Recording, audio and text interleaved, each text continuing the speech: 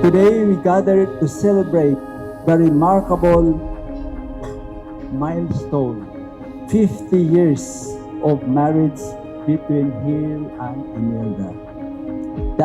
This anniversary is a testament to the enduring power of love, commitment, and faithfulness. Mugini nagpalungtad. As we reflect on their journey, we are reminded of God's presence in their lives, guiding them through joys and challenges. Love remains.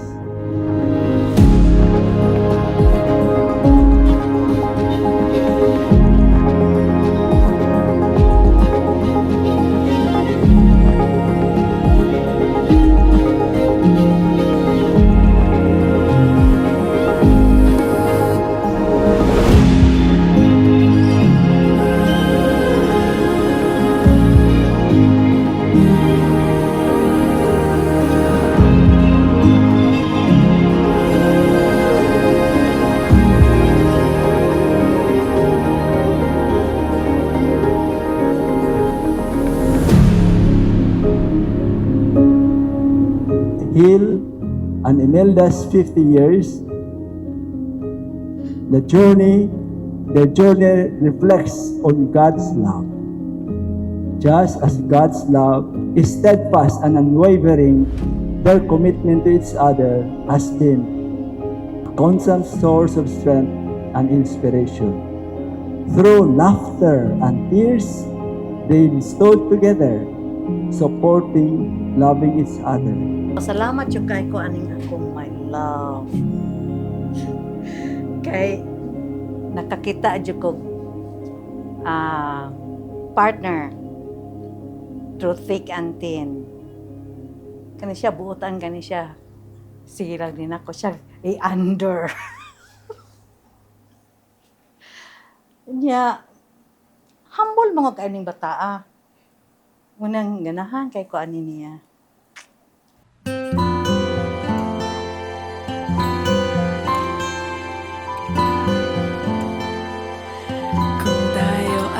To start the beginning of love. It started on the first year of my college, first semester. I went to a class with all boys. It's an engineering English class. So it's only me and my friend who were there. And then, so for that semester, after that semester was done, our teacher invited us to a like get-together party in her house. Ang akong makasultian na, ang kaning tanan, kung doon na kay true love, doon na acceptance. So, true love is the acceptance of what is, or what was, what is, and what will be. So kung madawat na nimo ang katong nangagi ug ang karon o ang ugma, mo na giya ninyo sa hangtod.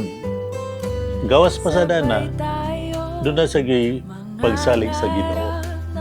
Mo na nga kanitanan maabot ra gyud ni nga mo hangtod ta. Kung doon na tayo giya.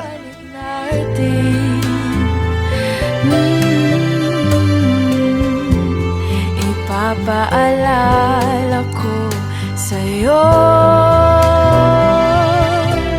ang aking pangako. Sa akong pagka-maldita, ako makitan so maldita jud kay ko. Sos grabe jud kay ko sa una. Nya kani siya, hilom naman ni siya. Mo namang nakita gid ako nga pinangga jud kay ko niya. Love jud kay ko ani niya.